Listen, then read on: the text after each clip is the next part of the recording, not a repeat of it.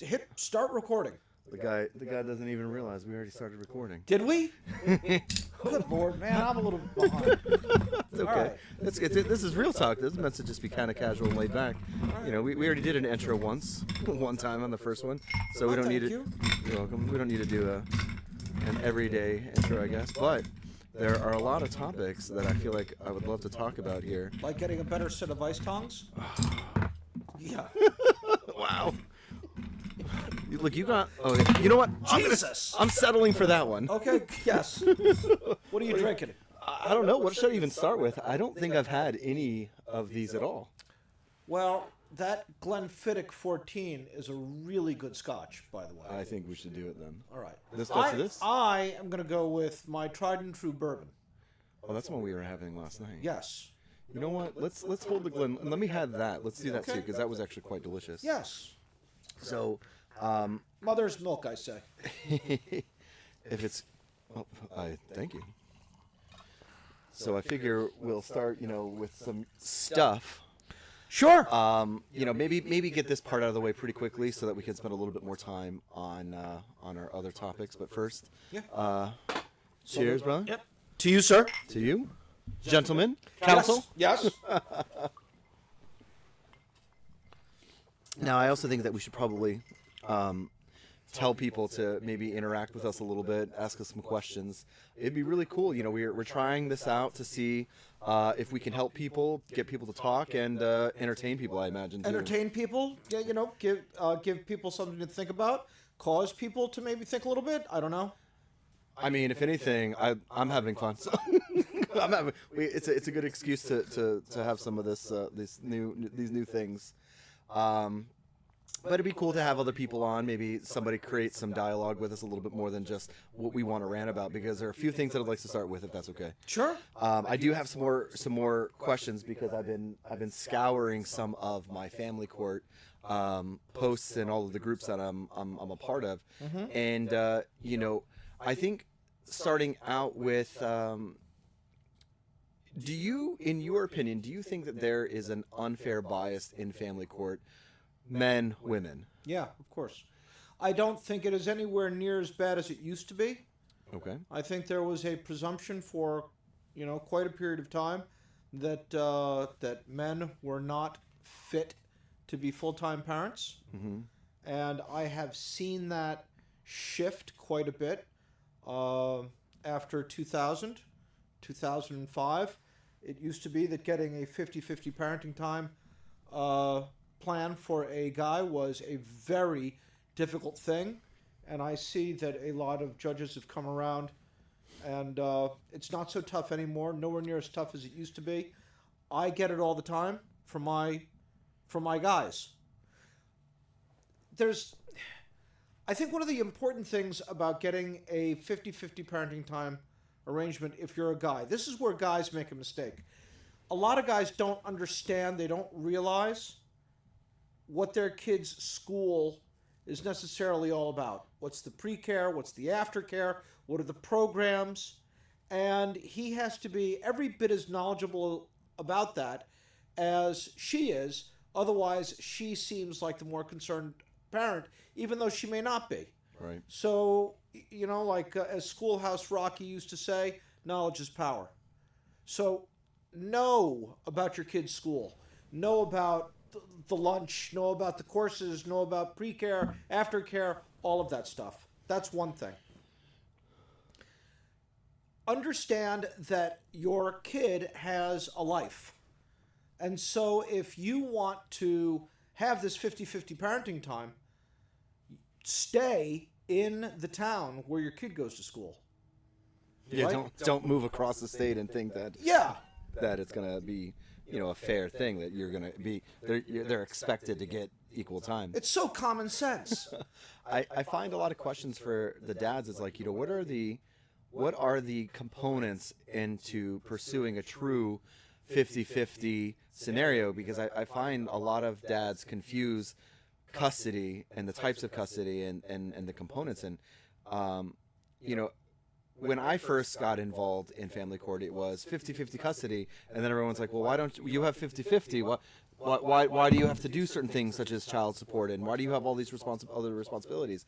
And I think people they don't realize that the custody branches, like 50-50 legal custody, 50-50 physical custody, are the two things that you need to equalize, and then Yes. and then in from what I understand as well, like you have to equalize the parent of primary residence, and you have to equalize child support, and those are the things that maybe I'm mistaken.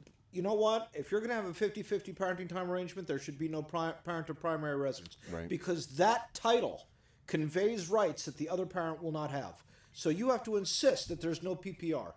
And if there's and let's just say, like, in certain scenarios the judge is like, okay, clarifying PPR and saying, well, PPR is only for this situation. No, I don't, Your Honor, I don't think we need PPR at all. I'm on board with the school. I'm on board with the courses that she's taking.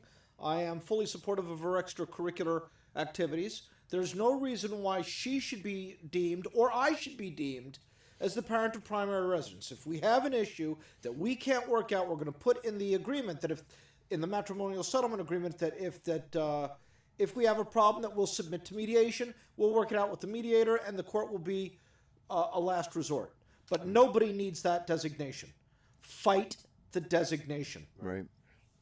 And I think that once you've accomplished, like, the legal part of it, you've accomplished the physical part of it, getting that equal time with the child or the children, and then you've fought for that PPR designation, since you now have that equal time, then I imagine you try to tackle that child support issue and trying to equalize the supporting costs. I know that child support tends to be very, very convoluted and very difficult to talk about in general, because, like, everyone is like, you have to pay support, but if you're equal parents, like, and you're and it'd be one thing if, like, one parent was, like, living in a mansion and the other one was living in their car. Sure. I could totally see, the disparity, but fighting to equalize that fourth prong, being the child support, then you finally and truly have an equal parenting.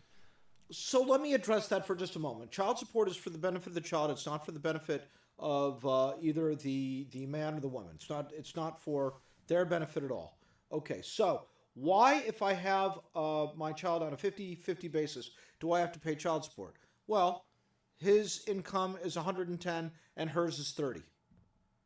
There's going to be child support, because even though you've got the child on a 50-50 basis, there's 50% of the time that kid's living on a $30,000 a year income. Right? There's going to have to be a little bit of child support. There's just going to have to be, to keep that child's standard of living. Right? To the same level that the child has with you. And of course, that's a fiction also, because it'll never be the same. If you're making $110,000 a year and you're living in a beautiful house with a yard and a dog, and the kid's got a puppy, and mom is living in a one-bedroom apartment and maybe not such a great building that doesn't allow pets, the child is naturally going to look forward to your place. Your place is Shangri-La. Now, I know that sounds like a wonderful thing to a lot of guys, because divorces or separations can be acrimonious, right? And who the hell wouldn't want to shove a finger in her eye, right? Yeah. I want my kid to feel like my house is Shangri-La, and that she's living like a dung beetle when she's at her house. Well, if there's, I imagine if there's a lot of animosity. If there's a lot of animosity. If there's not a lot of animosity, but then again, if there's not a lot of animosity, you're probably not in family court trying to resolve these issues anyway. Probably not. A lot of this stuff is so simple. You can work it out on a bar napkin. Speaking of which, where are the bar napkins? Ooh. See? All right. Next time. Oh. Next time. It's the personal animus that makes this so complicated. And the thing is that you love your kid, keep personal animus out of it. Your kid needs its mother. The kid needs its father. Mom should be able to realize that my child needs its father. And all of these other petty concerns, he said this, he did this, she cheated, he cheated, it's over. It's done. This is why you're not together anymore. Now, focus on the child. Child needs its mother. Child needs its father. And I can't convey that enough. Right. Yeah, Otherwise, we're just going to raise mutants, and we don't need it. Or so now moving on a little bit. I remember we were talking last week. We started leaning on some relationship conversation, and I brought up the hoflation thing, which I thought was hilarious learning about it. But then you brought up this the idea and the concept of overseas marriage, and I learned today that that's actually called something. What's it called? So if you're a man marrying or finding it's called a passport bro. And I guess I think it's if you're a woman, you're a passport cis. Okay. Where you're, I thought it was hilarious where it's actually a thing where people have already kind of discovered that the United States is like the cesspool of dating, and everyone wants to, well, not everyone, but it's popular to date and find a wife or husband somewhere else and bring them here. Which there was like a TV show about that too, which it was like pretty funny. Where I think it was like 60-day or 30-day wedding or engagement. I'm not sure if you've heard of it, but it's like they like meet their person. They have like a certain amount of time to bring them here, and it turns into a disaster. Ordinarily, sure. If I could convey to everybody, if I could convey one thought and have that thought stick, it's this: what has destroyed relationships between men and women is politics. Social issues, and what has been done to the American culture, and I blame certain politicians much more than I blame other politicians. For example, Barack Obama was the crown prince of doing this, and that is slicing our society into micro slivers and making everyone a victim. All right, so we could never find common ground on anything because there's the argument about equity or feminism or this, or that, or the other thing. You know what? Find a girl from Italy, from Georgia, from Spain, from Portugal, and you're not going to hear any of this crap. You mentioned social, the social constrainer, Yes. I feel like whatever happened to politics, and it was like mostly about politics. It was mostly about resources, other countries, what we're doing to help our citizens in our country. I feel like the majority of politics is dominated right now by social issues. It is. And not like by real everyday issues. And maybe I'm being insensitive, or maybe I'm not getting it, but I feel like it's so dominated by social things that are just like, if you just made better choices, or you just Read Saul Alinsky's Rules for Radicals. Okay. Right? You want to break down your society. You want to break down the cohesion of your society. You want to tear down your monuments. You want to change your history. You want to do all of that. You want to demoralize people towards their country, towards their countrymen. You sow that division. You render your country a Tower of Babel. This was all done on purpose. This was all done by design. This is a lot of this stuff. This is just Marxism. That's all it is. The problem is that now what you've done is you've destroyed relationships, you've destroyed families, you've destroyed your sense of national dignity and pride. You've ruined all of that. And you've ruined it for a couple of generations. We're at this point now, and I don't remember if we brought this up the last time, but Christian nationalism is on the rise because we don't have good relationships anymore. Marriage is on the decline. Sure. We are not repopulating. We have to bring over immigrants in order to basically stabilize our country, which they're bringing in their value system, their structure. They're not what is the word? Not segregating. They're not becoming assimilating. Yeah, they're not learning our language. They're here to bring their culture in, and so we have this big decline. And so I see where the Christian nationalists are gaining a lot of ground, trying to restore at least that foundation of our America. Okay. So let's talk about this. Let's talk about not procreating, right? Yeah. All right. So our birth rates started to decline in the 1960s after the decade of love, free love, the 60s, which was really a disaster, by the way. And our rates started to decline. But what else happened in the 1960s? Well, you had Johnson and the Great Society. So now what we're doing is we're creating a welfare system where a woman will get paid successively more money for every kid she has. Okay, provided the man's not in the house. When you take all of the entitlements and you put them all together, right, that person is enjoying essentially the equivalent of the median income for the state of New Jersey, at least entitlement recipients here. Okay, well, fine. So you have some people that are getting paid lots of money and not working, and you have other people that are working and getting and not really making a living. And to them, a child this isn't something that you just throw together, because for you, you're not going to get an extra check from the government. So you start weighing considerations. All right, let's say we have a child. Where would we live? Right now, I don't have the money for an apartment. I'm living in my parents' basement, and you're basically doing somewhat of the same thing. How do we provide for the child? How do we get a house or an apartment? What happens next? You know, as I look at this is becoming more and more expensive. This is becoming more and more onerous. And it is.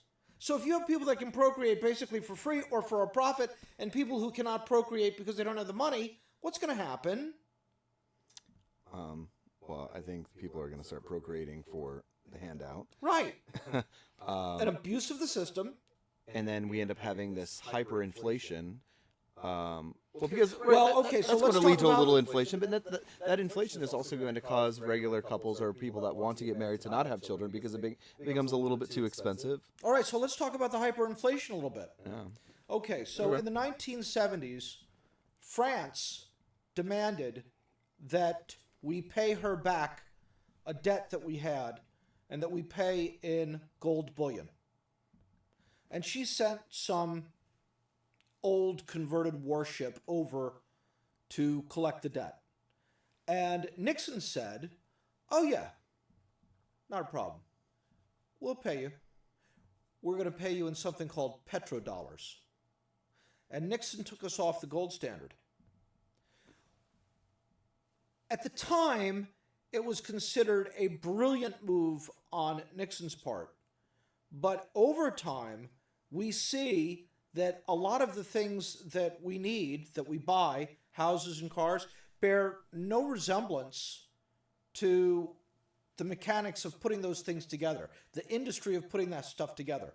Since we've been taken off the gold standard, real estate has gone up by a factor of a couple of 100 times the price. Your parents bought a house in a nice neighborhood. It was $35,000. That house today is $1.1 million.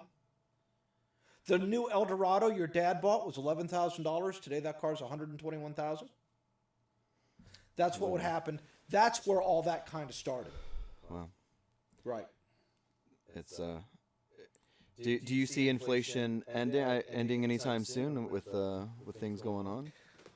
You know, this is a very tricky question, and the answer is I can't tell you. I can't tell you with what's happening right now because of what's going on with Iran. I can't tell you. That's a big question mark. Well, we were discussing last week that the escalation, and I think it's escalating now. We first put we deployed like 3,000 troops, and now we're looking at 10,000. 10,000 troops. Let me tell you something. I fully expect to see boots on the ground on Karg Island.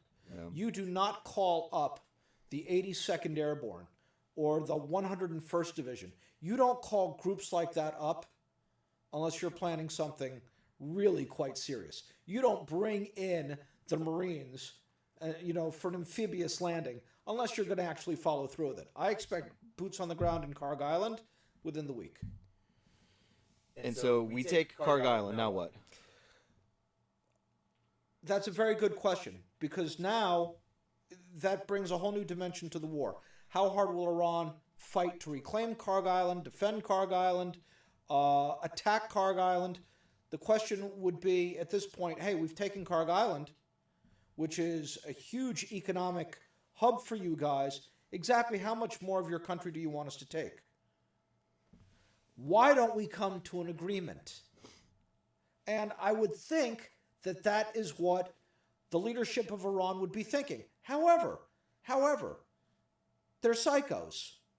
They have an apocalyptic view of the world. They are religious fanatics, and they believe that they are entitled to convert by the sword. Well, who's negotiating on their behalf right now? If everyone is gone and we can't I know that Trump is not identifying who he's talking to, but their military keeps saying, we're not talking to anybody, and this is what we're asking for. And from what I understand, we've been in talks for the past week and a half. Right. But it's going nowhere. We sent over a proposal, and it was soundly rejected. Yeah.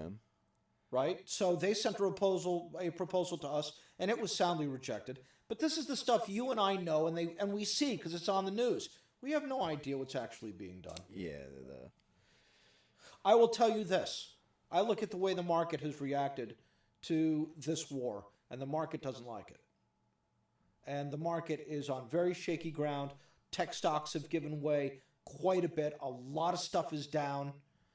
Energy stocks are strong, but it's a dicey time to be in the market, I'll tell you that. As of right now, is the Strait actually open? Are they allowing ships to go through yet, or do they still have it closed? 20 ships made it through, I think, today.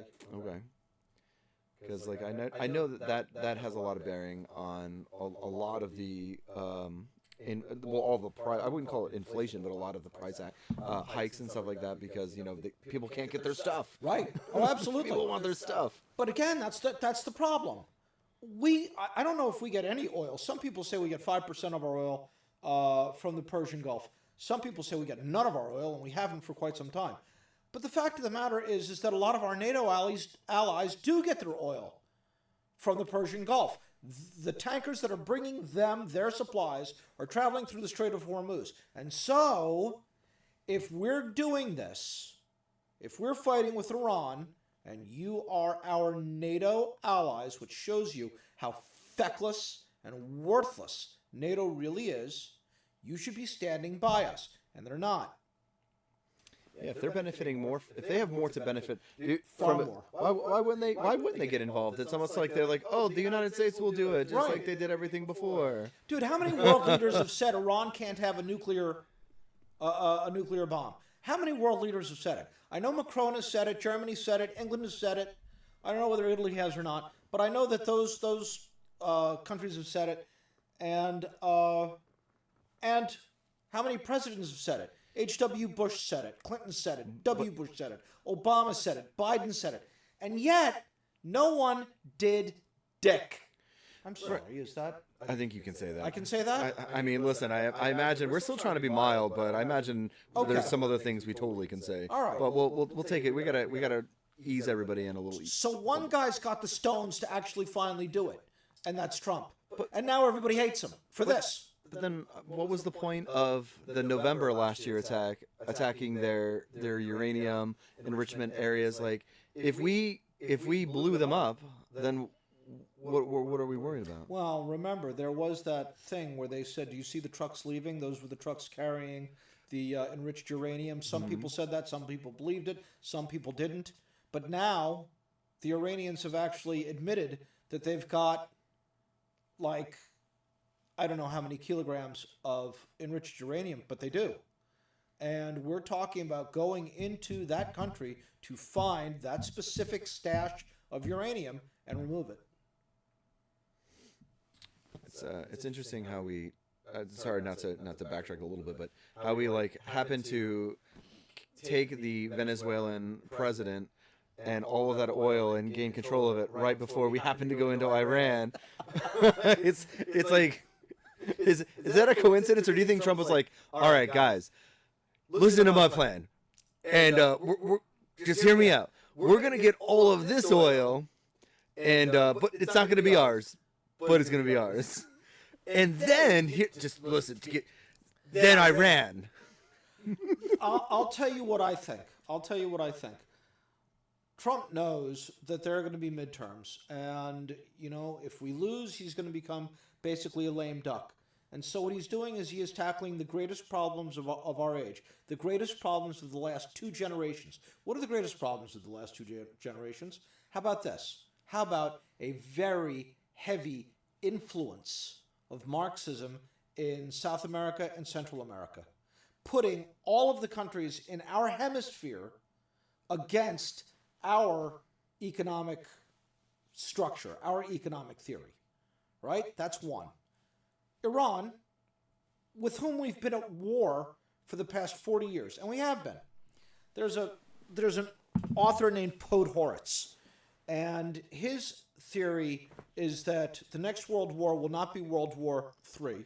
It'll be World War IV. World War III was the Cold War with Russia, and we fought that war over decades in hot and cold theaters of war. For example, a hot theater of war was Korea, because we were actually fighting. Russia wasn't fighting. It was a cold theater of war for Russia. They were doing the supplying. They weren't actually fighting. A hot theater of war for us was Vietnam. We were actually fighting and losing people. Again, Russia was on the side supplying. A hot theater of war for Russia was Afghanistan. It was a cold theater of war for us.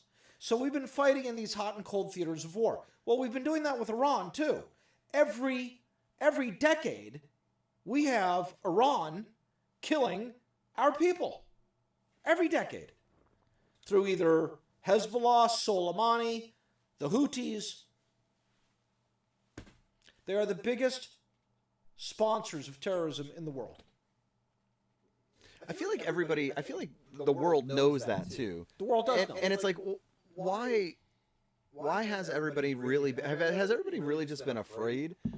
Yes. Like, I remember there was like a speech from Kamala Harris, and they were asking her, Iran, and she's like, no. Don't. Yeah, no. Don't. Thank you. And really, really good speech there. and then you have Donald Trump ask the same question. I'll bomb the hell out of them. Exactly. Like, it almost kind of encompasses exactly what you're saying. Like, everybody's been afraid, or everybody just hasn't done it. This is what I don't understand about this country. And this country, and I love this country, but it makes me sick. There's Laura Trump there's some sort of ad with Laura Trump on it. It's on Fox News or something, or maybe it's on Newsmax, and she says, Americans are really quite smart.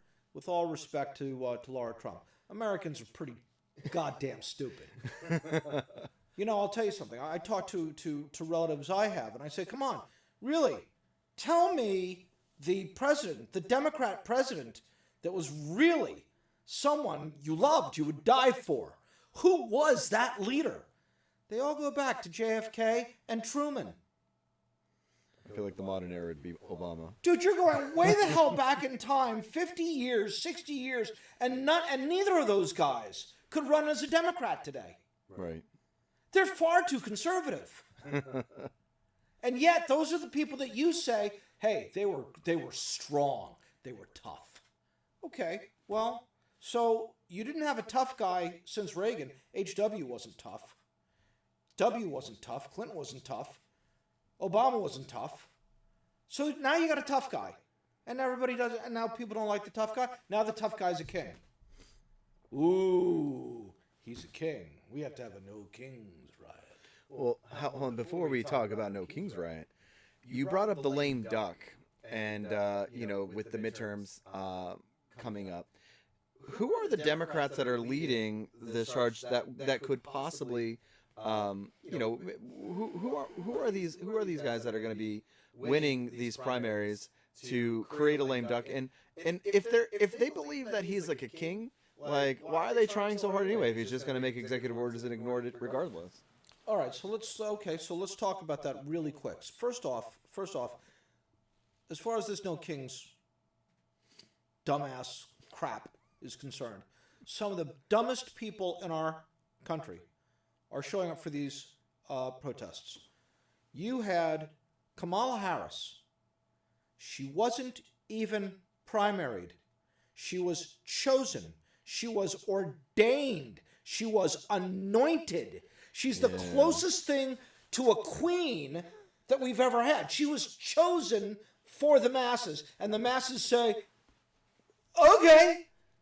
During all of that time, that would have been the perfect time to even talk about it, because like that was like insane, and everyone was just looking the other way, like this is normal. Yeah, we lost the whole primary process. It was stripped from us, and we're cool with that.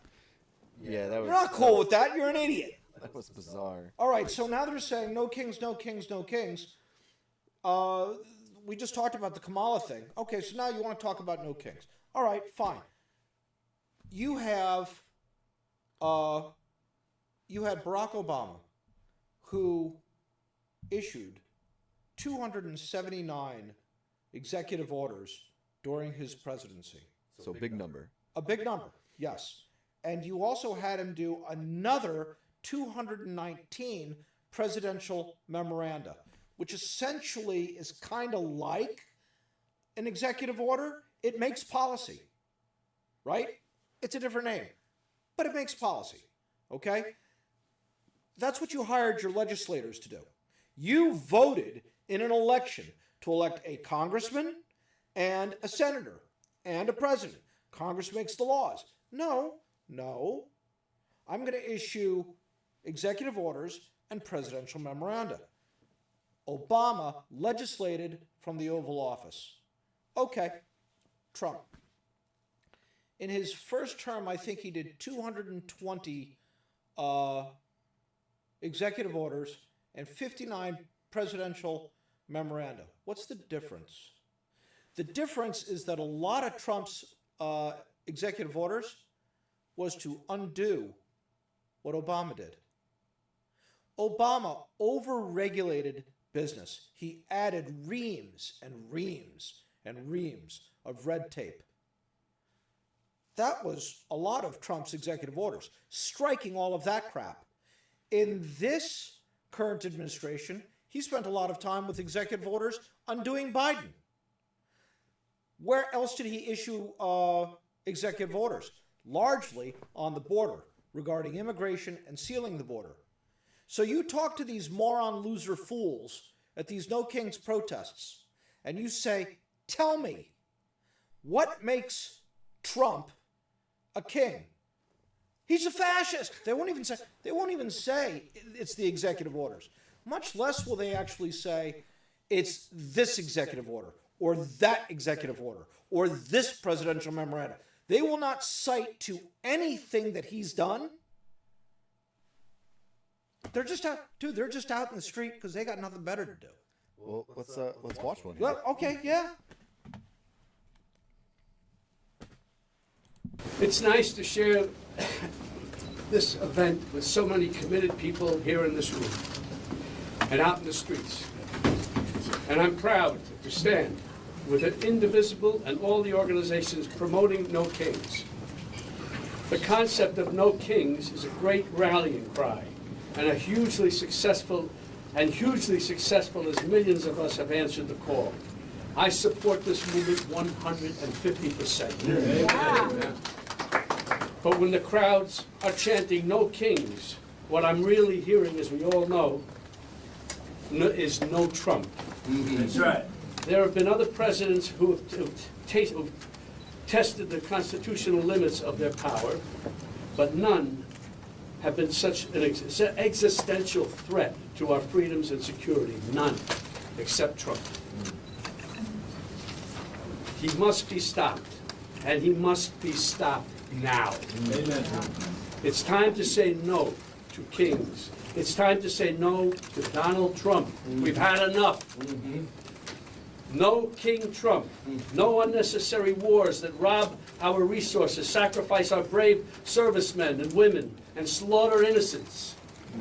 No corrupt leader enriching himself and the Epstein class buddies. No taking away health care from our most vulnerable neighbors. No unaffordable groceries, no unaffordable energy, no unaffordable housing, and no inflation at its highest level since COVID. No government masked thugs shooting down our neighbors in the streets. Trump has to be stopped. And that's what No Kings is all about. Because he can't do all the fucked up things that he's been doing without the collusion of Congress and the goons in his administration. They're bound to him by fear of losing their own jobs, their own power. It's diabolical. How can this be happening? Look at the power of the No Kings national uprising. Look at the power of the No Kings national uprising. Afraid of Trump? Please. No, they should be more afraid of us. That's right. Because we still believe in the core American values of justice, equality, decency, and kindness. Because we're going from the streets to the ballot box, and because we all deserve a country with no kings, no Trump. Thank you. Probably not. So yeah, what do you want to start with there? First off, I want to start with this. He admits to having Trump derangement syndrome. No kings means no Trump. Trump must go. We got to get him out of there. It is a personal vitriol to the persona that is known as Donald Trump. Look at what inflation was much higher under Biden. Dude, a dozen eggs was like $7 under Biden. All of these things that he's saying, who's lost their health care because of Donald Trump? I'm sorry, I don't know of anything like that happening. Well, we already know definitely not. Nobody's not lost Medicaid. But only we've directed Medicaid to citizens. We're taking it away from Isn't people that your birthright? that don't deserve it. Right. Like that is illegals. your birthright, right? There's just so much that he said. Let's talk about. I guess he brought up the neighbors and the being safe from. What was it, the ICE or something? I don't think he said ICE. But Okay. No, he did. He did. Well, he said federal agents shooting people in the street. So Yeah. he's talking about Renee Good and Preddy. right, which were all shot in a state which their governor and the mayor were riling people up. Yeah. They were encouraging people They were to inciting. not cooperate. Exactly. Right. They were saying go and annoy these people, these officers. Go and interfere. They were absolutely inciting and pushing their citizens to get riled up to do that. Sure. They should have just been like, everyone stay calm. We're getting people that broke the law, and we're getting them out of the state. Let me address Renee Good for just a moment. Renee Good moves to Canada because it's a more liberal country and she doesn't want to be in this country. And you know what? I respect that. Have the courage of your convictions. I respect that Ellen DeGeneres moved to England. I don't respect the fact that she wants to come back. I respect that Rosie O'Donnell left. If that's the way you feel, prove it. And prove it with your feet. All right? So that's what Renee Good did. Okay. Renee Good comes back. Why? She comes back because she becomes a paid agitator against ICE. Well, you think she was Oh, actually? yeah. Absolutely. I know that she had a family and stuff, and like kids, and I guess like she literally like took a day off of work, dropped her kid off at school. Dude, she had a just to police scanner in the car so she could find out where ICE was so she could do this crap again and again and again. She did it multiple times. There was like an ICE tracking app where Right. like you had an app and they would just tell you, like they would report where they are, Right. and then like you would just be able to go and agitate. Absolutely. So what was she doing? She finds out where ICE is. She goes and she blocks them in. Now, if you block them in, not only does that mean that they cannot apprehend whoever it is that they've been sent to apprehend, a person that has a warrant issued against them, a removal warrant, right? Not only can they not go after that person, but you also trap them in the event that they get attacked. So it's a big issue. So on this one particular day, she is playing this game, right? Trapping people, blocking people in, blocking ICE in. And finally an ICE agent says, that's it. You're out. You're under arrest. Get out of the MFing car. You know what? That was it. He said you're under arrest. It's done. It's not a question of playing tag. It's not a question of hide and go seek. You've just been given a lawful order by a law enforcement officer that you are now under arrest. You no longer have the right to move, to flee, to resist. None of it. And if you do any of that, you're going to end up with greater charges. What does she do? She angles her vehicle, puts it in gear, right? She was parked. She was blocking them in. Angles the vehicle, puts it in gear, hits the gas. Her wife is saying, drive, baby, drive. and she hits an ICE agent, and you can hear the vehicle hit him. He gets knocked over, draws his gun. She catches 2 in the head. Yeah, if I'm not mistaken, that guy just weeks before almost a very similar incident where he got hit by a car, got run over by a car or something, And sustained injuries then, too. Yeah, exactly. So he was like, not anymore. Right. So that's, what is that? F around and find out? But do you think that any of that really would happen if the leaders of that state weren't pushing for it? No, of course not. It would have been, hey, don't do that. Like, follow the law, obey the law. Dude, during the summer of love, when they were having the Minneapolis riots and the Kenosha, Wisconsin riots, when Trump was president, dude, they were pallets of bricks were being delivered and placed on the street before the riots. Yeah, I remember that was all. Dude, this is all organized. This is all George Soros stuff. That other guy who's an American expat in China. All of that money is flowing in. Look at the signs. Yeah. All of the signs are done at a print shop. And now this guy Preddy. So Preddy goes. He's got a Sig Sauer 9mm loaded with a full magazine and 2 additional magazines. And he thinks it's smart to kick the taillight out of a patrol vehicle, right? An ICE cruiser, right? And he thinks it's a good idea to tussle with the cops. Yeah, he like intervened, and that video was like pretty insane if you're carrying, because one of the first things you're supposed to do when you're carrying, if I'm not mistaken, I'm carrying a gun, hands are up, so that the officer, whoever knows that they're safe, usually not, I'm carrying a gun. You don't like agitate. Yeah, you don't try and mix it up. He got in between. He thought that he was defending. He was defending that person. All right, and it's an example of like, you're not in a place to defend if you're carrying. You know what it's an example of? Stupidity. Darwinism. And the herd gets thinned a little bit. A little bit. Right. I mean, all very unfortunate. It's very unfortunate that leaders had to encourage these people to do this, and people are encouraged to do it, and they end up getting the ultimate consequence. That's very unfortunate. It is unfortunate that leaders in a town where they have been accused of allowing tens of billions of dollars of fraud to go down, right? To manipulate people like puppets, cause them to put themselves in positions of danger, and they lose their lives. These aren't, first off, and let's be honest, neither Renee Good nor Preddy, I don't care what you say, you can judge them by their actions. Neither one of them were models of mental health. I can definitely. I don't know too much about Preddy, aside from him being a nurse. I know that she definitely was like not Right. just her.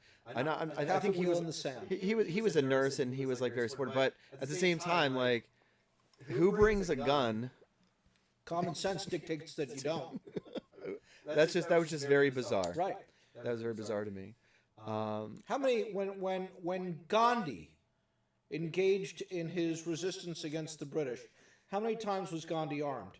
I'm sorry, he was never armed. Use your head. Use your head. So, just a prediction here.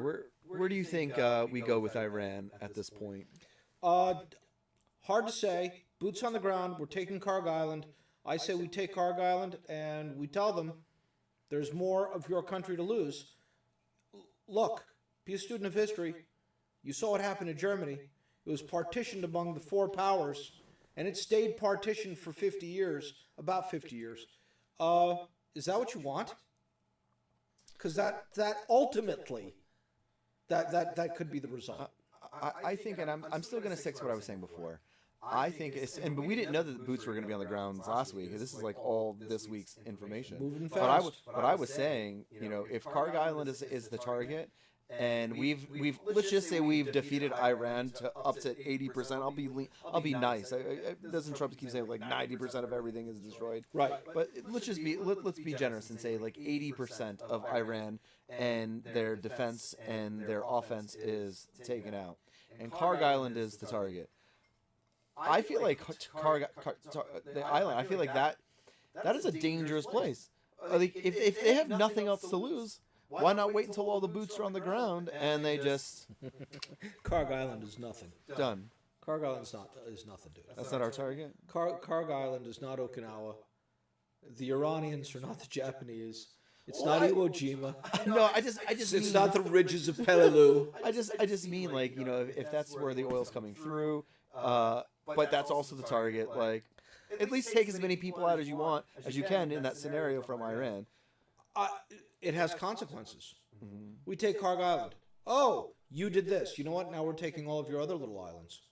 Now the Strait of Hormuz is completely open, and it will be for the next 60 or 70 years. It will be. There's not going to be an Iranian on Karg Island. You're done. So then, if boots are on the ground, what is our target? What are we trying to do in Iran with Well, boots dude, on the ground? if you have boots on the ground on Karg Island, you've basically taken all of the oil and control over all of the oil. And you've taken control over the Strait of Hormuz. So, you've taken... So then we don't go much further than that. No, You think we stay there? Oh, yeah. If we take Karg Island, we hold it. Right. And we hold it for decades. And then we continue to fight Iran.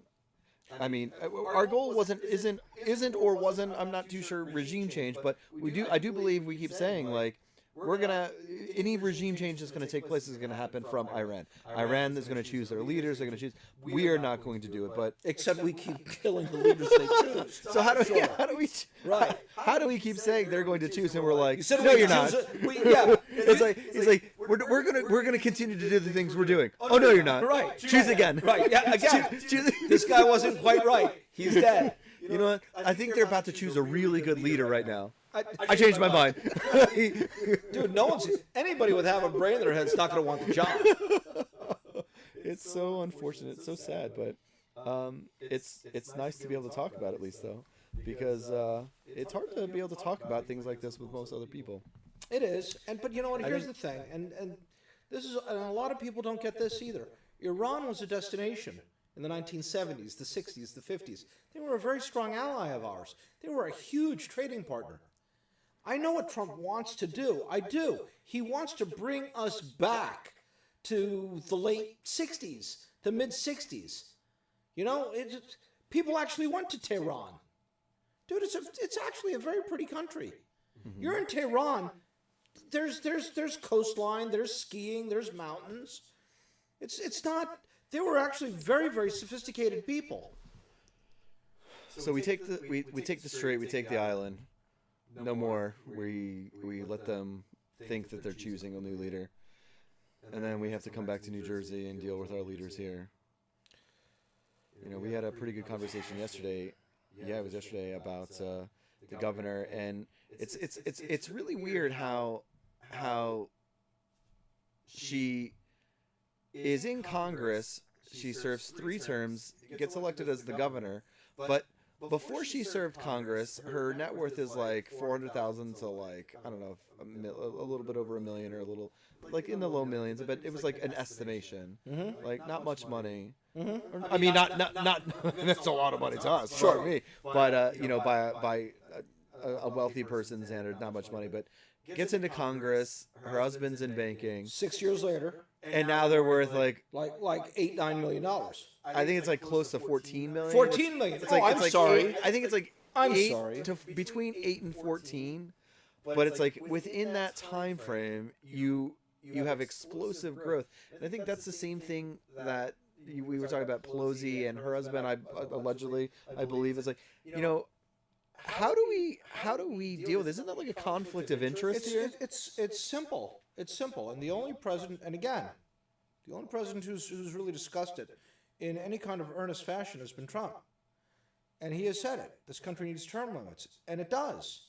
We need term limits. You're not going to have an honest country, right? And we are anything but honest. You're not going to have an honest country until you have term limits. That's just the way it goes. You're not going to have an honest country until you say, hey, unless you deliver a balanced budget every year, the salaries for both the Congress and the Senate are terminated, not suspended. You don't get reimbursed. Until you deliver that balanced budget, you don't get paid. So until you put things like that in place, right now, our government is legal thievery. Dude, how did Elon Omar end up being worth like 35 or 40 million dollars? Right? How's AOC been able to become worth like $25 million? Are they allowed to get endorsements while they're in Congress? Or are they allowed to get that NASCAR jacket where everybody? Right? Yeah. They should be walking around. And AOC, that idiot trollop, walks around in a gown that says "tax the rich," and she's worth $25 million. I don't know what she's worth. Maybe it's that. Maybe it's a little bit. Maybe you read it wrong. Maybe it's like $2,500. This is the moron who caused Amazon to not open in her district, even though Amazon was contemplating employing 25,000 New Yorkers. What a fool. Do you think Trump will get us term limits? You know what, dude? I don't think so. I love our president. I don't see him being able to do that. What do you think it would take in order for somebody to get term limits? Do you think it's almost like you think that Congress would vote on firing themselves? Dude, the Senate, even if Congress did, the Senate wouldn't. So I don't see it. I think that's too much that's the precious. Right? So they never give it up. Never happens. So it's almost like a subject we should say it. Local thievery. It's legal thievery forever. Forever. I feel like that's probably why it's so important to get more involved locally in our local government, and wonder what's going on with each state. And we make such a big deal of voting for the president and what what he wants to do, but your down ballot, dude, is very important. Yeah, your down ballot's huge. Who's going to be on your school board, and what are they for? What kind of kiddie porn do they want to interject into your school library? Well, maybe starting at at least like the governor, right? Shouldn't we start at like the governor and getting in? Here's the problem that you have in the state of New Jersey, and this is truly an effed up state. It really is. It really is. Do you know when the last time New Jersey had a Republican senator? Nope. 1979. That's older than me. Right. I'm not that old. Right. Dude, this has been one party rule, right? Essentially forever. 1979.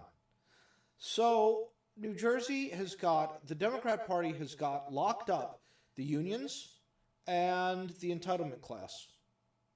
And dude, that's a big block. That's a big block. Okay, what do the Republicans have in Jersey? They've got Monmouth County, and what else? Isn't southern New Jersey pretty red? Monmouth County, and I think there's a county in North Jersey. But dude, Hudson, Essex, Union, Middlesex, dude, that's reliably blue every election.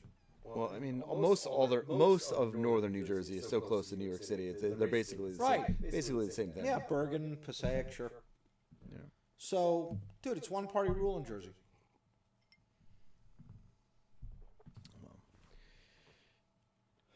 And so you end up with the highest property taxes per square mile in the country. If we are not the most expensive state, we're in the top 2 or 3. Right. We're definitely the most densely populated. That's Sure, absolutely. So many people here. Mm-hmm. And what does all that taxation and what does all that thievery, what does that do? Well, I'll tell you what it did for New York. In 2025, New York City lost 5,000 businesses in 1 year. 2025. 2025. 5,000 businesses. Down to Florida, down to Texas, over to Tennessee. I haven't kept up too much with what's happened in New York City, but I do know that a lot of people are upset because now he's going into the funds, Mandani? He's going into I mean, are you familiar with what he's doing and where he's trying to get money? And like I remember watching the news and him giving an explanation of the diagrams, and it's like he said he wasn't going to do this, but then he was like, but we have to do this in order to get our budget or something like that. Something. He wanted to raise taxes, and I don't recall, was it property taxes or was it the city income tax? Because I believe New York City has its own income tax. I don't recall. You know what? That's another podcast. Well, maybe we'll talk about it next week. I think we're going to be a little bit more dramatic next week. I think we're being pretty tame. I think we have a good handle on how this is working a little bit. I think we're being tame because we actually started drinking for the podcast as opposed to several hours earlier. That's right. Oh my gosh. Right. So I guess our first podcast we came in a little lit. Yeah, came in hot. Now, I think we won't come in so hot next week, but we'll still. I think we're gonna have a little bit more juicy, a few more juicy things to talk about. Sure. I imagine Iran is totally gonna be. I think we're gonna progress a lot more, and we're gonna have a lot more to discuss. And maybe we'll have a little bit of Discord. We'll have somebody that wants to have some Discord, wants to fight with us. If anybody wants to ask a question, that's fine. To the best of our ability, we'll answer it. That's great. We welcome the questions. It's like funny. We're actually on the same page with most everything we're talking about this time and right now. But maybe we need to have somebody pick a fight with us. Dude, I don't. It's like. Do you make it like Fox News and they say and try and be fair and balanced? Do we bring a liberal in here? I don't think I can do it. You have some liberal friends, dude, that I have gone off on. I've had. Dude, I don't think we can do that. Maybe a question. Maybe not bringing somebody, but I'm just saying, because it would be pretty fun. We're being pretty agreeable. We're being very agreeable at the moment. But I think next week we'll spice it up a little bit. We'll be a little controversial. There's a few cool topics that I've been wanting to bring up. So all right. I think next week will be a little bit more spicy. All right. Hey, look, I look forward to it. It'll be good, man. Carpe diem. Cheers, bud. Let's do it.